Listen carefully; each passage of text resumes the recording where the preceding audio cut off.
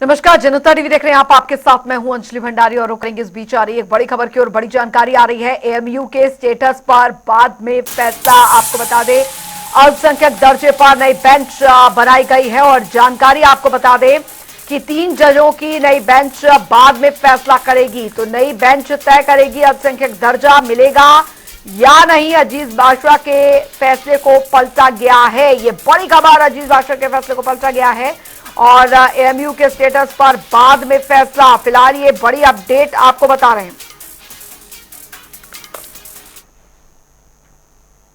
जो टेस्ट आज supreme court ने ले डाउन किया है माइनॉरिटी इंस्टीट्यूशंस को, उसको एएमयू सेटिस्फाई करता है या नहीं करता है, और वो एक छोटी जजेस की खंडपीठ डिटरमिन करेगी। लेकिन जिस तरह का टेस्ट ले डाउन किया गया है वो एएमयू की हिस्ट्री और एस्टैब्लिशमेंट के हिसाब से चांसेस काफी हाई हैं कि AMU will be found to be a minority institution.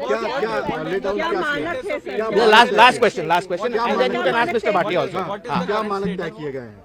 मानक तय किए गए हैं। पहली कि what was the history of the institution, primary documents क्या थे उस इंस्टीट्यूशन को फॉर्मेशन में, फंड्स और कॉर्पस कहां से आए थे, और इंस्टीट्यूशन किस कम्युनिटी ने अपने आप को नर्चर करने के लिए वो इंस्टीट्यूशन एस्टैब्लिश किया था, अपनी पढ़ाई, अपनी एजुकेशन, अपने प्रोफेशनल लेवल को इंप्रूव करने के लिए वो एस्टैब्लिश किया गया था। और इन सारी चीजों को एक होलिस्टिक तरह से देखना है, एक टेक्निकल तरह से नहीं देखना है। और चाहे उसको एक्चुअल जो इनकॉर्पोरेशन है वो चाहे किसी सोसाइटी रजिस्ट्रेशन एक्ट में हुआ हो या वो चाहे किसी लेजिस्लेचर की एक्ट के थ्रू हुआ हो, वो मानने नहीं रखता है। मानने ये रखता है कि रियल इंटेंट क्या था, वो इंस्टीट्यूशन एक माइनॉरिटी को एस्टैब्लिश, माइनॉरिटी ने अपने लिए अपने आप को एजुकेशनली एडवांस करने के लिए एस्टैब्लिश किया था या नहीं। आज की डेट में इसका स्टेटस क्या रहेगा?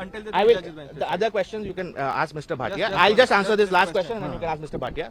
आज की डेट में जब 81 क्वैश हो गया, 81 क्वैश नहीं हुआ, 81 इररिलेवेंट हो गया। करेक्ट, अजीज बादशाह क्वैश हो गया। हाँ। तो आज की डेट में एएमयू का स्टेटस क्या है? आज की डेट में एएमयू का स्टेटस मेरे हिसाब से D jure is up for determination, de facto is minority. Okay, thank you.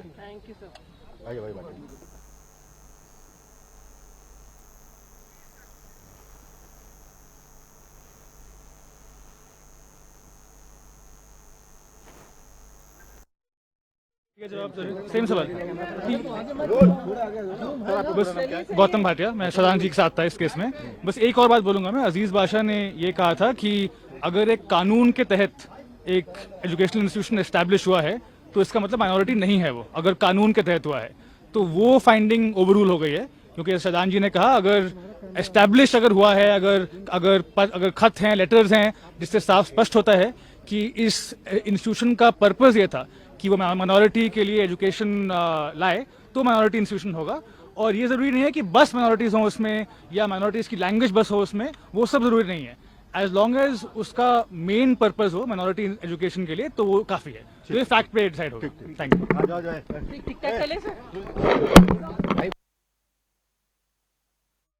संख्यक दर्जे पर नई बेंच बनाई गई है और 3 जजों की नई बेंच बाद में फैसला करेगी।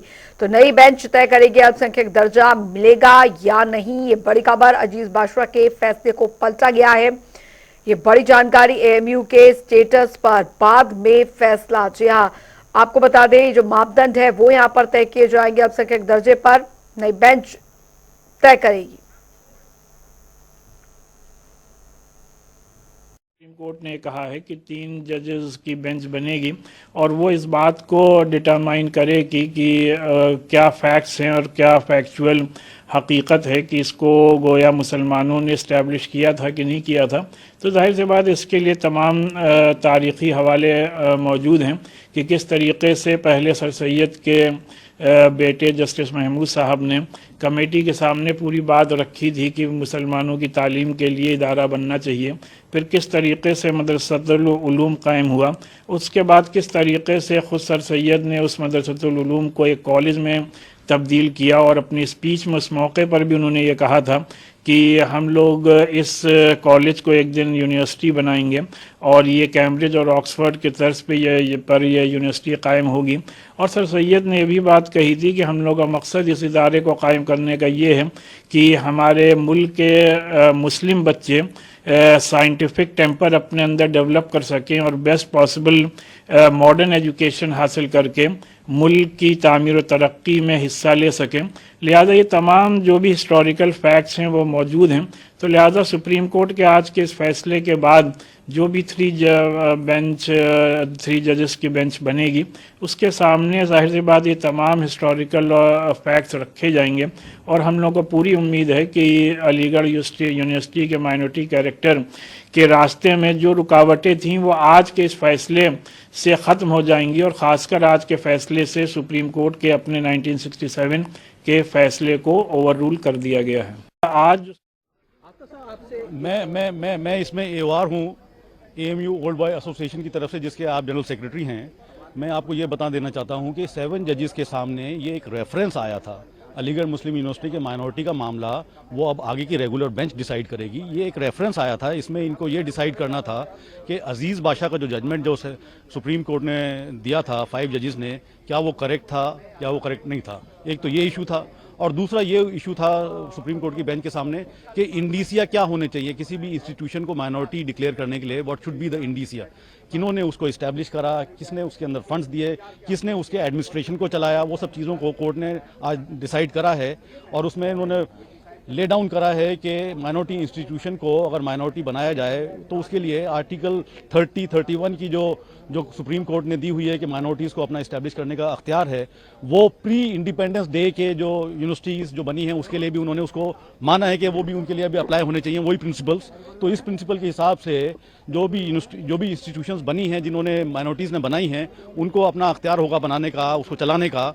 और ये जो अलीगढ़ यूनिवर्सिटी का मेन मामला था जिसके अंदर वो माइनॉरिटी का मामला उसका अटक रहा था, वो एक अजीज़ बाशा का जो जजमेंट था 5 जजेस का, जिसमें उन्होंने बोला था कि यूनिवर्सिटी जो है ये एक्ट ऑफ पार्लियामेंट की वजह से बनी थी, ये एडमिनिस्ट्रेशन और वो सब चीज़ें जो है उसको इस्टेब्लिश नहीं कर पाने वाली बात जो है उसके अंदर रह गई थी, तो उसको आज सुप्रीम कोर्ट ने ओवर रूल कर दिया है। और ये रेफरेंस के बाद अब ये नॉर्मल कोर्ट के सामने ये रेफरेंस के जितने भी इशूज डिसाइड हुए हैं नॉर्मल कोर्ट के सामने जाएंगे और वो उसके बाद उसको डिसाइड करेंगे, यूनिवर्सिटी के मामले को, एएमयू के मामले को भी उसको डिसाइड करेंगे इस रेफरेंस की लाइट में। एक चीज और पूछना चाहूंगा, एएमयू को लेकर जो भी पूरा माइनॉरिटी मामला रेगुलर बेंच सुनवाई करेगा, लेकिन इसमें कुछ क्राइटेरिया भी रखा गया, क्राइटेरिया भी होगा जो है तय करेगा कि माइनॉरिटी दर्जा दिया जाए ना दिया, क्राइटेरिया क्या होगा, क्या कुछ उसमें? देखिए क्राइटेरिया वही है, इंडीसिया उसमें यही बोला गया था, what will be the indicia for deciding a institution to be a minority institution. तो माइनॉरिटी इंस्टीट्यूशन को बनाने के पीछे क्या मकसद था, किन लोगों ने बनाया उसको, क्या उनकी मंशा थी, क्या उनका कॉरेस्पॉन्डेंस हुआ था डिफरेंट इंस्टीट्यूशन से, डिफरेंट गवर्निंग बॉडीज से, और किन्होंने उसके लिए फंड्स को इकट्ठा करा है, किन्होंने उसके बिल्डिंग्स के लिए पैसा इकट्ठा करा है, वो सब चीज़ों को ध्यान में रखते हुए वो माइनॉरिटी का इंस्टीट्यूशन डिसाइड करा जाएगा। नेक्स्ट डेट के बारे में तो अब ये चीफ जस्टिस साहब के सामने ये मैटर जाएगा, वो उसके बाद फिर इसको अलोकेट करेंगे नॉर्मल बेंच के सामने जाने के लिए। तो ये तो अब नॉर्मल रूटीन में जब भी बेंच के सामने आएगा वो आएगा। हम एक बात और से कहना चाहते हैं कि क्योंकि हमारे एडवोकेट जो थे कपिल सिब्बल साहब थे, हम अपने सारी कम्युनिटी की तरफ से AMU old boys alumni association और यूनिवर्सिटी की तरफ से कपिल सिब्बल साहब का भी बहुत शुक्रगुजार हैं। और उन्होंने धवन साहब और शादान फिरासत साहब, तीनों लोग जो है ये हमारे वकील थे। बहुत बहुत शुक्रिया आपका भी। और आखिर में एक कार्ड दे दीजिए अपना मेरे को। मुस्लिम विश्वविद्यालय के अल्पसंख्यक दर्जे को लेकर दिए अपने फैसले में सुप्रीम कोर्ट ने साल 1967 में अजीज बाशा बनाम भारत गणराज्य मामले में दिए अपने ही फैसले को पलट दिया है। कोर्ट ने कहा है कि अगर कोई संस्थान कानून के तहत बना है तो वो भी अल्पसंख्यक संस्थान होने का दावा कर सकता है। संवाददाता अलीगढ़ से जेडी खान हमारे साथ इस बीच जुड़ गए हैं ज्यादा जानकारी के साथ। जेडी खान, अब एक नई बेंच का गठन यहां पर जरूर कर दिया गया है एएमयू के स्टेटस पर। अब बाद में फैसला आएगा कि अल्पसंख्यक दर्जा जो है उस पर नई बेंच बनाई गई है, लेकिन अभी किस तरीके के रिएक्शंस जो है वो आ रहे हैं, क्या कुछ जानकारी? फैसला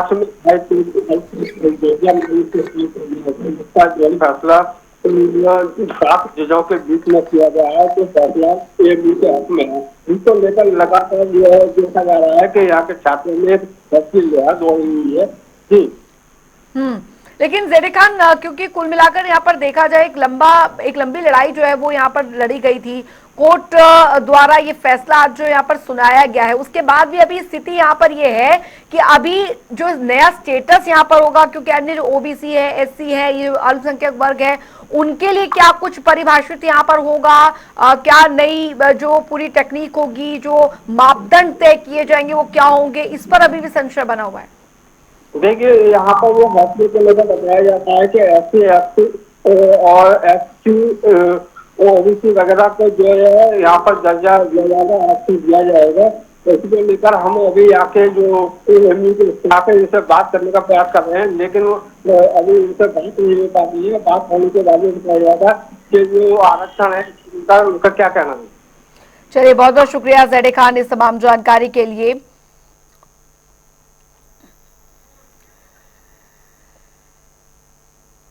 डिसीजन था सुप्रीम कोर्ट का 67 का, जो सुप्रीम कोर्ट का डिसीजन था अजीज बादशाह में, जिसमें एमयू को नॉन माइनॉरिटी इंस्टीट्यूशन करार गया था, वो जजमेंट गलत है और उसे एक्सप्रेसली बाय मेजॉरिटी ऑफ 4 जजेस टुडे वो ओवर रूल कर दिया गया है। और इंस्टीट्यूशन को माइनॉरिटी इंस्टीट्यूशन होने के लिए हमारे आर्टिकल 30, हमारे संविधान के आर्टिकल 30 के अंदर क्या टेस्ट है, वो टेस्ट भी लेट डाउन कर दिया गया है। और क्या एमयू एक्चुअली माइनॉरिटी इंस्टीट्यूशन है, उसके लिए एक छोटी जजेस की खंडपीठ अब ये इशू डिसाइड करेगी। लेकिन जिस तरह का टेस्ट दिया गया है वो बहुत एक्सपेंसिव टेस्ट है, ब्रॉड टेस्ट है, तो चांसेस काफी हाई हैं कि जो अलीगढ़ मुस्लिम यूनिवर्सिटी है वो इस टेस्ट को मीट करेगी जब भी वो बहस होगी, बट वो ऑब्वियसली डिसीजन सब्सिक्वेंट है।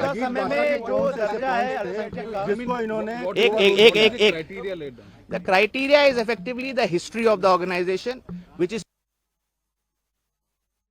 चलिए, तो 3 जजों की बेंच जो है वो यहां पर बनाई गई है और नई बेंच तय करेगी अल्पसंख्यक दर्जा मिलेगा या नहीं। लेकिन आपको बता दें कि अजीज बाजवा के फैसले को पलटा जरूर गया सुप्रीम कोर्ट में। एमयू के स्टेटस पर बाद में फैसला आएगा। अल्पसंख्यक दर्जे पर नई बेंच बनाई गई है, 3 जजों की नई बेंच बाद में फैसला करेगी।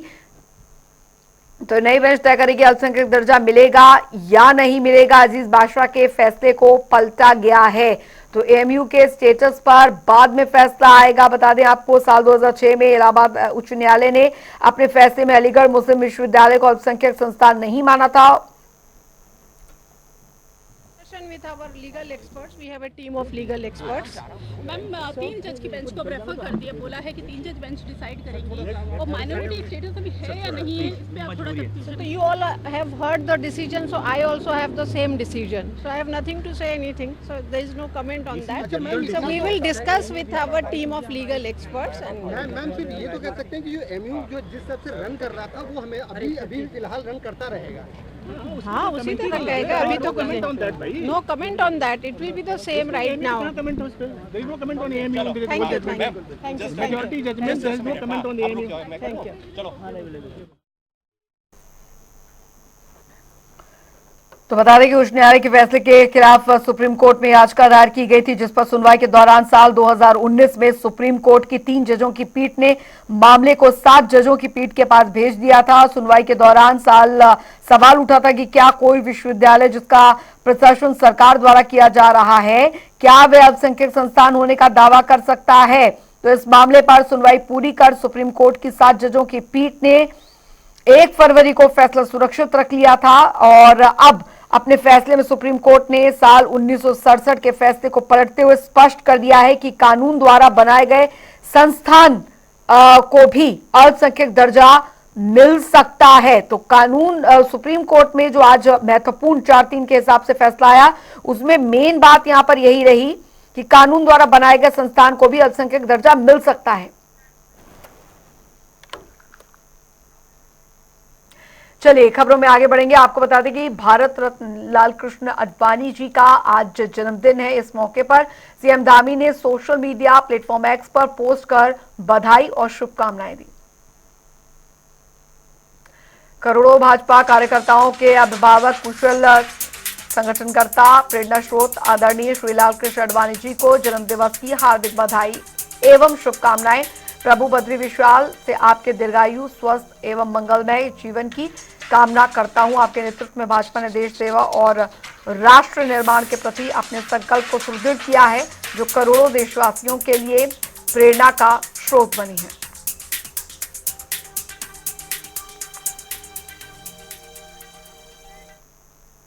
उधर मुख्यमंत्री पुष्कर सिंह धामी ने राज्य स्थापना दिवस के मौके पर देहरादून के रेस कोर्स में स्वच्छता अभियान कार्यक्रम में हिस्सा लिया और इस दौरान सीएम धामी ने खुद सफाई कर स्वच्छता का संदेश दिया। सीएम ने कहा प्रधानमंत्री नरेंद्र मोदी के नेतृत्व में पूरे देश में स्वच्छता अभियान चलाया था और उसके 10 वर्ष पूरे हो चुके हैं। हमारा देश लगातार स्वच्छता की ओर आगे बढ़ा है। राज्य स्थापना दिवस की आज पूर्व संध्या है। एक दिन पहले हम सब लोगों ने हमारे प्रधानमंत्री आदरणीय मोदी जी के नेतृत्व में पूरे देश के अंदर स्वच्छ भारत अभियान चला था और उसके 10 वर्ष पूरे हुए। निरंतरता से देश स्वच्छता की ओर आगे बढ़ा है और हमारा राज्य पर्यटन की दृष्टि से, श्रद्धालुओं की दृष्टि से, तीर्थयात्रियों की दृष्टि से पूरे देश दुनिया के लोग यहाँ आते हैं। इसलिए हमारे राज्य में स्वच्छता होना बहुत जरूरी है और हमारे प्रधानमंत्री जी ने जो कहा है कि 21वीं सदी का तीसरा दशक उत्तराखंड का दशक होगा, उस दिशा में हम तेजी से आगे बढ़ रहे हैं। हर क्षेत्र में आज उत्तराखंड अपने मुकाम की ओर आगे बढ़ रहा है, लक्ष्य की ओर आगे बढ़ रहा है और कल से हम 24 साल पूरे करके 25वें साल में जा रहे हैं। इसमें सभी लोग इस स्वच्छता के अभियान में भी सहभागी बने। उत्तराखंड 9 नवंबर को अपना 24वां स्थापना दिवस मनाने जा रहा है। स्थापना दिवस के मौके पर जहां सरकार अपने कार्यों की उपलब्धियां गिनवा रही है, वहीं इन सबके बीच राज्य आंदोलनकारियों ने कुछ कमियों को भी उजागर किया है। इस पर राज्य आंदोलनकारी प्रदीप खुरेती ने कहा है कि इन 24 वर्षों में राज्य ने बहुत कुछ हासिल किया है। एक अलग राज्य का दर्जा होने के साथ ही प्रदेश के लोगों ने शिक्षा, ब्यूरोक्रेसी समेत विभिन्न क्षेत्रों में अपना और प्रदेश का नाम ऊंचा किया है। लेकिन इन सब के बावजूद राज्य को अब तक स्थायी राजधानी नहीं मिल पाई है। इसके अलावा राज्य की जमीनों को बचाने के लिए सख्त भू कानून की मांग अब तक चली आ रही है, जिस पर कि सरकार को विशेष ध्यान देने की जरूरत है। 24 वर्षों में जैसे राजधानी का हमें तय कर देना चाहिए था, तो राजधानी हमें नहीं मिली है। 24 वर्ष नहीं लगने चाहिए थे। ये 2, 3, 4, 5 सालों की ही प्रक्रिया थी। इसमें हमें कहीं ना कहीं सर्वदलीय बैठक बैठ के इसको तय करना चाहिए था। ऐसे ही मैं अगर कहूं कि सशक्त भू कानून, अगर आप देख रहे हैं कि तमाम चैनलों में माननीय मुख्यमंत्री इस बात को बार बार स्वीकार कर रहे हैं और मैं उसका स्वागत भी करता हूं कि माननीय मुख्यमंत्री जिस प्रकार से जनता की आवाज़ के साथ, चाहे वो 1 बिंदु चल रहे हैं, 2 बिंदुओं को मान रहे हैं। मेरा मानना ये है कि अब समय आ गया है। 24 वर्ष बहुत होते हैं और जो चीज़ें मैं फिर वही कह रहा हूँ कि जो 2-3 वर्षों के अंदर तय हो जानी चाहिए थी। बाकी अन्य हिमालयी राज्यों की तर्ज पे मैं बात कहूँ, चाहे मैं अन्य महाराष्ट्र की बात करूँ, तमिलनाडु की बात करूँ, तमाम प्रदेशों की बात करूँ, हमारे यहाँ सशक्त भू कानून नहीं था, क्योंकि हम लोग पहाड़ों के लिए बेसिकली जो 9 जिलों के लिए ये संघर्ष हुआ था और उन 9 जिलों में लगातार पलायन बदस्तूर जारी है। दूसरे लोग भूमि का वहाँ दूसरी तरीके से दोहन कर रहे हैं। वहाँ जो है जो खेती होनी चाहिए थी, माननीय प्रधानमंत्री मिलेट को प्रमोट कर रहे हैं, लेकिन मिलेट आएगा कहाँ से? और बड़ी खबर, बड़ी जानकारी आ रही है, उसका रुख कर ले। उत्तरकाशी में 1 दिसंबर को महापंचायत रामलीला मैदान में होगी। महापंचायत विश्व हिंदू परिषद के प्रांत संयोजक का ऐलान। 25 नवंबर में तहसीलों में देंगे ज्ञापन। मस्जिद और अतिक्रमण मामले में यह महापंचायत होने जा रही है। बड़ी जानकारी आपको बता दें, मस्जिद और अतिक्रमण मामले में यह महापंचायत का आयोजन उत्तरकाशी में 1 दिसंबर को होने जा रही है। महापंचायत रामलीला मैदान में यह महापंचायत होने जा रही है। इस वक्त की बड़ी खबर, बड़ी जानकारी आपको यहां पर बता रहे हैं। विश्व हिंदू परिषद 25 नवंबर में तहसीलों में ज्ञापन जो है वो देंगे और जानकारी मस्जिद और अतिक्रमण मामले में महापंचायत जो होने जा रही है उत्तरकाशी में 1 दिसंबर को महापंचायत बुलाई गई है। इस वक्त की बड़ी खबर, रामलीला मैदान में होगी महापंचायत। बड़ी जानकारी आपको दे रहे हैं यहाँ पर, विश्व हिंदू परिषद के प्रांत संयोजक का ऐलान। तो 25 नवंबर में तहसीलों में ज्ञापन जो है वो दिया जाएगा। मस्जिद और अतिक्रमण मामले में महापंचायत होने जा रही है। तो उत्तरकाशी में 1 दिसंबर को महापंचायत होगी। इस वक्त की बड़ी खबर आपको बता रहे हैं। सुभाष बड़ोनी संवाददाता उत्तरकाशी से हमारे साथ जुड़ गए हैं ज्यादा जानकारी के साथ। सुभाष, मस्जिद और अवैध निर्माण अतिक्रमण को लेकर जो मामला उठा था उसको लेकर ये 1 दिसंबर को महापंचायत होने जा रही है उत्तरकाशी में। जी अंजलि, मैं बता दूं कि उत्तरकाशी में जो अवैध मस्जिद बनी है उसका मामला लगातार सुर्खियों में चल रहा है और परसों जब सीएम का यहाँ पे दौरा था तो उन्होंने भी इसके दोबारा जांच के आदेश दिए हैं और साथ ही अब जो है 24 नवंबर को जो हिंदू संगठन है और बजरंग दल है ये जिले के 6 तहसीलों में ज्ञापन सौंपेंगे और 1 दिसंबर को जो है रामलीला मैदान में एक महापंचायत होगी, जिसकी तैयारियां भारतीय हिंदू परिषद और बजरंग दल लगातार कर रहे हैं। जी चलिए, बहुत बहुत शुक्रिया सुभाष पडौनी इस तमाम जानकारी के लिए। बढ़ेंगे आगे। उधर आपको बता दें कि देहरादून में विधानसभा के डिजिटलीकरण को लेकर दरअसल विधानसभा अध्यक्ष ऋतु खंडूरी भूषण के ने राष्ट्रीय ई विधान के अंतर्गत एक महत्वपूर्ण बैठक ली, जिसमें कि उन्होंने अफसरों से डिजिटल ट्रांजिशन की तैयारियों और साथ ही प्रक्रिया पर विस्तृत जो चर्चा है वो की है। इस पर जानकारी देते हुए विधानसभा अध्यक्ष ऋतु खंडूरी ने कहा है कि जल्द ही दोनों विधानसभाओं को डिजिटल किया जाएगा और साथ ही अधिकारियों और विधायकों को विशेष ट्रेनिंग दी जाएगी ताकि पेपरलेस तरीके से काम किए जा सके। डिजिटाइजेशन का काम काफी समय पहले से चल रहा है। ई नेवा के तहत उत्तराखंड विधानसभा को भारत सरकार से और उत्तराखंड सरकार से फंडिंग हुई है और हम दोनों ही हमारी जो राजधानी है भराड़ीसैंण गैरीसैंण और देहरादून में जो राजधानी है उसको हम डिजिटल कर रहे हैं और इसमें काफ़ी समय से कार्य हो रहा है। खासकर देहरादून में लगभग जो इंफ्रास्ट्रक्चर का काम है यहाँ पे क्योंकि थोड़ा ज़्यादा था, यहाँ पे हम कर चुके हैं और अब सॉफ्टवेयर और हार्डवेयर जो आवश्यकता है वो लगाई जा रही हैं। इसके बाद जैसे यहाँ पे काम समाप्त होता है हम फिर गैरीसैंण जाएंगे और अगले 1-1.5 महीने में लगता है क्योंकि वहाँ पे इंफ्रास्ट्रक्चर की बहुत आवश्यकता नहीं है, वहाँ पर हमको जो थोड़ी मोड़ी चीज़ों की ज़रूरत है वो हम पूरा कर पाएंगे। और साथ ही साथ जो नेक्स्ट स्टेप अब बहुत ज़रूरी स्टेप है वो है ट्रेनिंग का। सबसे पहले हम ऑफिसर्स को ट्रेन करने का प्रयास कर रहे हैं ताकि उन्हें समझ में आए कि डिजिटाइजेशन का हम यूज़ कैसे करेंगे, क्योंकि क्वेश्चंस भी उसी पे आएंगे, नोटिस भी उस पर आएंगे। तो पहले चीज़ हम अपने ऑफिसर्स को ट्रेन कर रहे हैं, सचिवालय से फाइल का मूवमेंट कैसे होगा, जवाब कैसे आएंगे। उसके बाद हम विधायकों को ट्रेन करेंगे कि आपको किस तरह से विधानसभा में। और देवभूमि उत्तराखंड की खबरों में अभी के लिए फिलहाल इतना ही। वक्त एक छोटे से ब्रेक का।